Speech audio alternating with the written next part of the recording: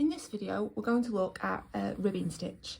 So this is where we use our knit and our purl stitches and alternate them along the same row. So I'm going to work here in knit 2, purl 2, rib, and it's exactly what it sounds like. I knit 2 and then I purl 2 and then I go back. So remember, when I'm knitting, the yarn should be there. So I knit 1 and knit another 1, and then I bring the yarn to the front and I purl the next 2. Obviously these are stitches we've learned in our previous videos. So if you've started with this one, you might want to go back and look at how to knit and how to purl. Take your yarn to the back to do your next 2 for your knit stitches. Bring the yarn to the front to do your purl stitches. Yarn to the back again to do our knit stitches. And then yarn back to the front to purl the last 2. Now with this stitch, whatever you finish on, so I'm finishing with 2 purl stitches, the next row you will start with the opposite. So because I finished with purl, I'm going to start with knit. Okay, and again the yarn should be in the right place for you to do that. So I'm going to knit 2 and then I'm going to purl 2. Now I've got 12 stitches going on here, so I've got 6 pairs. That's why every one of my rows is always going to start with knit. If I had an odd number of pairs, so say if I cast on 10 stitches I'd have 5 pairs, then I would be starting with an alternate, one row starting with a knit, the next row starting with a purl.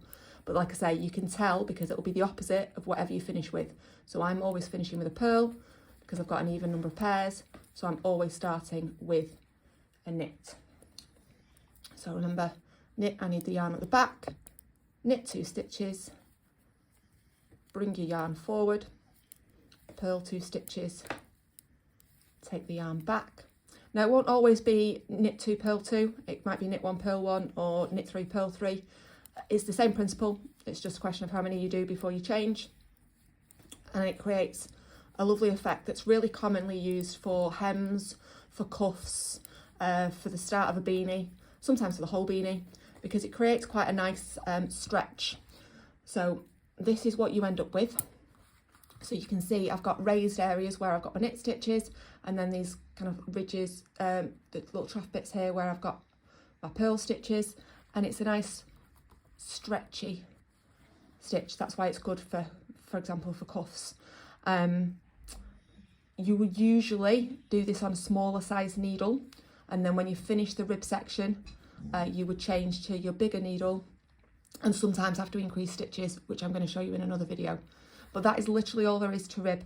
It is just changing stitches as you go along, and all you've got to remember is moving the position of your yarn to the front when you're doing a purl, to the back when you're doing a knit, and making sure that you count the right number of stitches along. You'll spot easily if you've made a mistake because the pattern is so obvious that if you have miscounted, it'll show up really easily for you to go back and fix. And that is your rib stitch.